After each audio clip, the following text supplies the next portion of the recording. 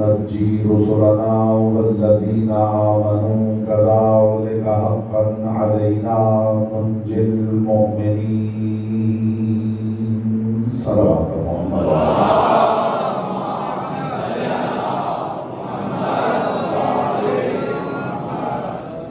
حضرات الوقار محبان اہل اطہار شیعہ اہل کرام برادران اہل سنت ساکنان بزم معرفت سرپرستان محکمہ ولایت پروردگار عالم اپنی کتاب عظیم البیان میں بوسیلہ زبان مصطفیٰ ہم جیسے ادنا لوگوں سے گفتگو کر رہا۔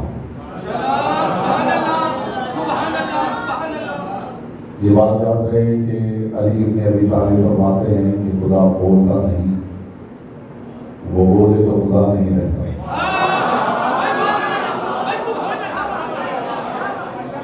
چینوں سے ذرا بیٹا حیرت ہے بات کلام تک کچھ معلومات کو دے کر سکوں۔ وہ پروردگار بولتا نہیں، وہ بولے تو خدا نہیں رہتا۔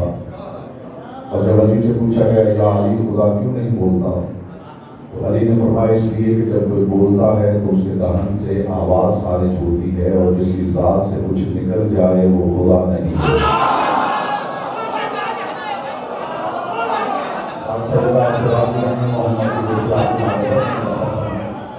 کمال یہ ہے کہ وہ بولتا نہیں مگر یہ جانتے ہیں کہ کیا بول رہا ہے۔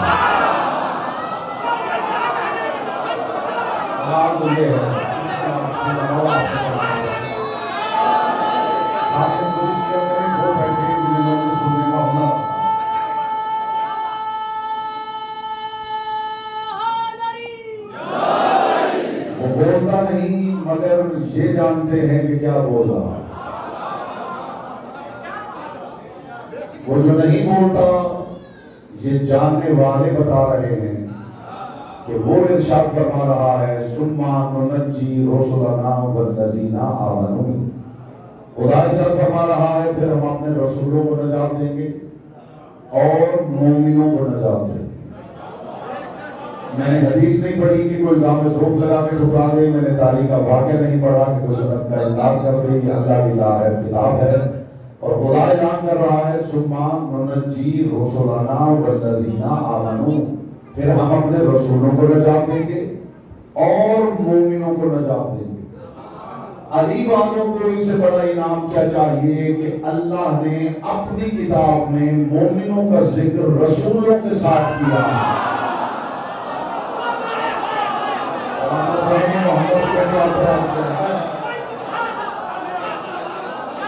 اس سے بڑھ کے علی والوں کو اور انعام کیا چاہیے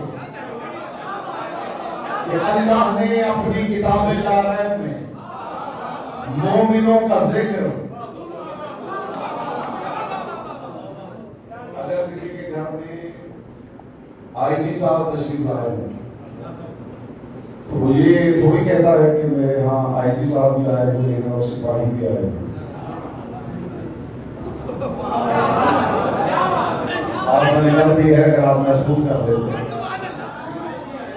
وہ اعلان یہی کرتا ہے، لوگوں کو یہی بتاتا ہے کہ آئی جی صاحب آئے ہوئے تھے، کچھ ایس پی بھی آئے ہوئے تھے، ڈی ایس پی بھی آئے ہوئے تھے، ایسا ہی ہے۔ اس کا مطلب ہے کہ اگر کسی بڑے کی بات کی جائے تو اس کے ساتھ قریب کے بندے کی بات ہوگی۔ ثم ننجی رسلنا والذین آمنوا، خدا ارشاد فرما رہا ہے کہ ہم اپنے رسولوں کو نجات دیں گے اور مومنوں کو نجات دیں گے۔ اور وہ بندہ میرے سامنے لائیے جو عدل پروردگار کا قائل نہیں ہے، آیت کا اگلا ٹکڑا بتائے گا وہ کتنا بڑا عادل ہے۔ وہ ارشاد فرما رہا ہے کذالک حقا علینا ننجی المؤمنین، اور یہ جو ہم مومنوں کو نجات دے رہے ہیں یہ اعزازی نہیں، یہ مومنوں کا ہم پہ حق بنتا ہے۔ یہ مومنوں کا کذالک حقا علینا،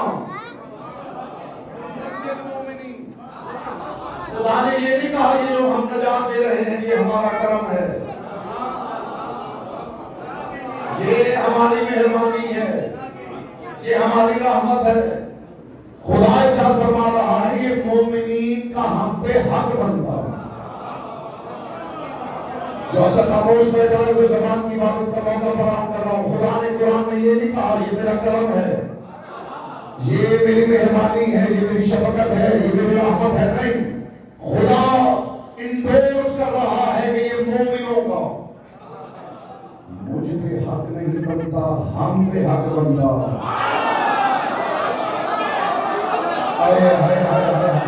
اس کا مطلب ہے معاشر میں نجات دینے میں صرف اللہ کا دخل نہیں، کچھ ہم ہیں جو ہمیں نجات دے رہے ہیں. اس سے بڑی بات روم میرے کو ظاہر فہم نہیں تھی جو میں نے حضر کی. کذالک حق کا نہ علینا ننجی المؤمنین، مومنوں کا ہم پہ حق بنتا، یہ نجات مومنوں کا ہم پہ حق بنتا. میں نے کہا تھا جو اب تک خاموش بیٹھا ہے اسے زبان کی عبادت کا موقع فراہم کر رہا ہوں. یہ آواز کثرت وحدت سے گونجی ہے کہ نجات مومنوں کا حق بنتا.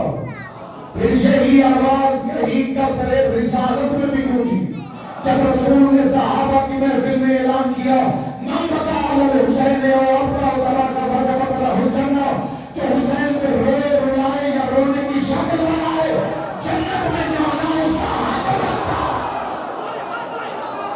ہوتا وہ ہے جس کی زبان مجھے کبھی ایمان نہیں.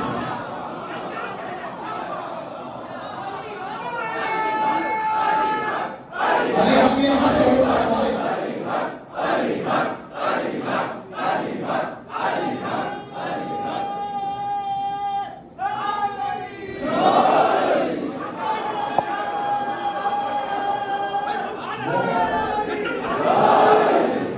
جنت میں جانا ان کا حق ہوتا ہے. یہ پیغام لے جائیے، مالک آپ کے روزے قبول کرے. یہ پیغام لے جائیے کہیں والے کا اور پہنچائیے دنیا پر. جو شے کسی پہ واجب ہوتی وہ ضرور کسی دوسرے کا حق بنتا.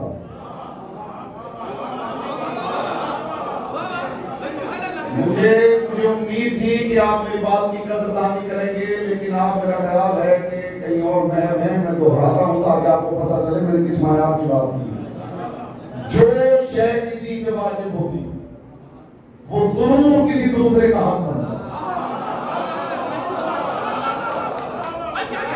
چلیے پلٹتا ہوں بات آسان ہو جائے.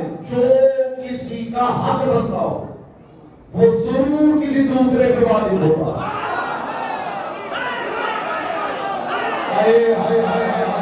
اس کا مطلب ہے نجات وہ قیمتی شے ہے جو پروردگار نے اپنے اوپر واجب کر لیا.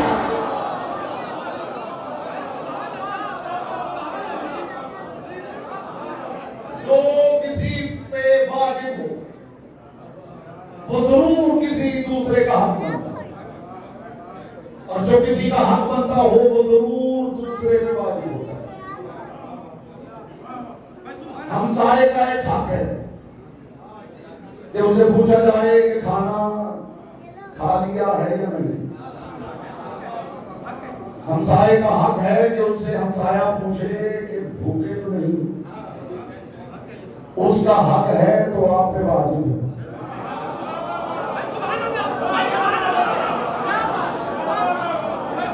وہ رازق و رزاق پروردگار ہمیں بھوکا دیکھ کے خوش نہیں ہونا چاہتا. سب چیزیں تو صحیح میں کیا بات کر رہا ہوں.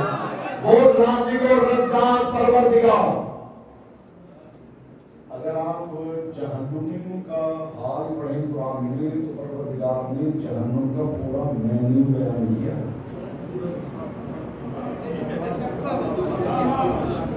سناؤ نہیں، میرے سامنے لوگ وہ ہیں جنہیں صرف جنت کا مینیو سنانا ہے. لیکن پڑھ لیجیے گا اللہ کی کتاب، جہنم کا پورا مینیو بیان ہوا. کھولتا ہوا پانی، تھوہر کا پودا، بدن کی پیپ، یہ جہنم کا مینیو ہے. اس کا مطلب ہے وہ اتنا بڑا رازق کو آتا ہے جہنم میں گرم پانی نہیں مل سکتا ہے، کولڈ کافی تو نہیں مل سکتی. کیا ہے آپ جہاں آگ ہی آگ ہے، جہاں حدت ہی حدت ہے، تو وہاں گرم پانی ملے گا. لیکن وہ دیکھیے کتنا بڑا رازق و رزاق ہے کہ وہ جہنمیوں کا بھی کھانا پینا بند نہیں کرتا.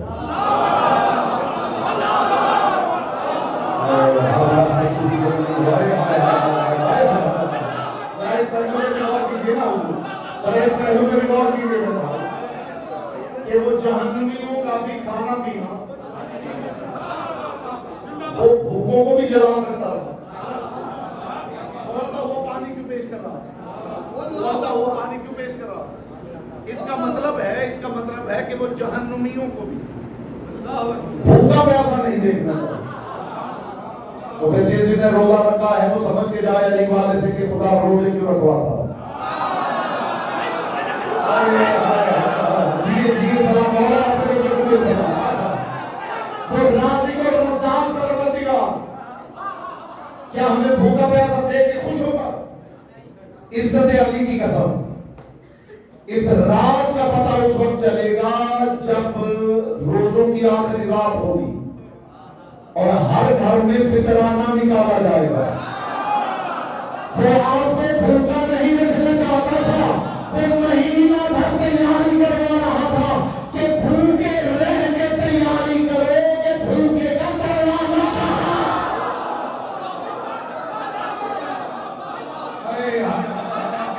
وہ تمہیں بھوکا پیاسا نہیں رکھنا چاہتا،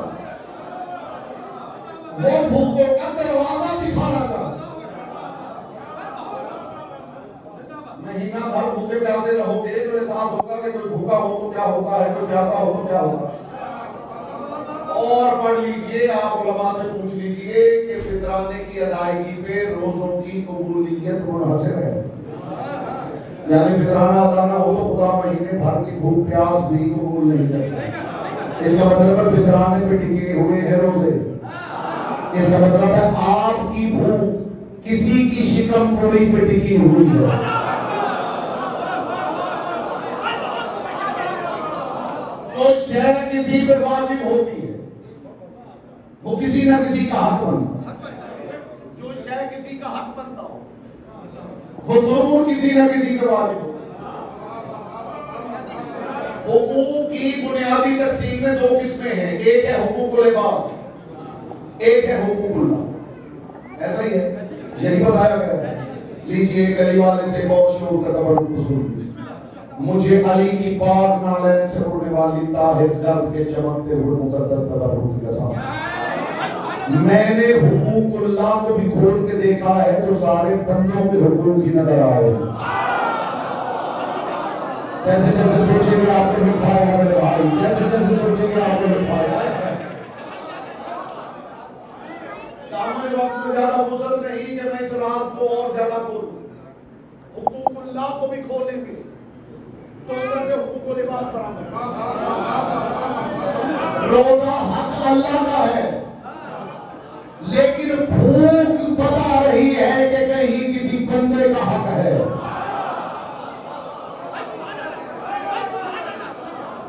چلیے سب سے بڑا حق نماز ہے.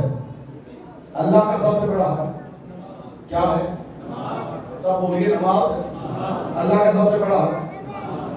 معصوم سے پوچھا گیا مولا خدا نماز کیوں پڑھوانا چاہتا؟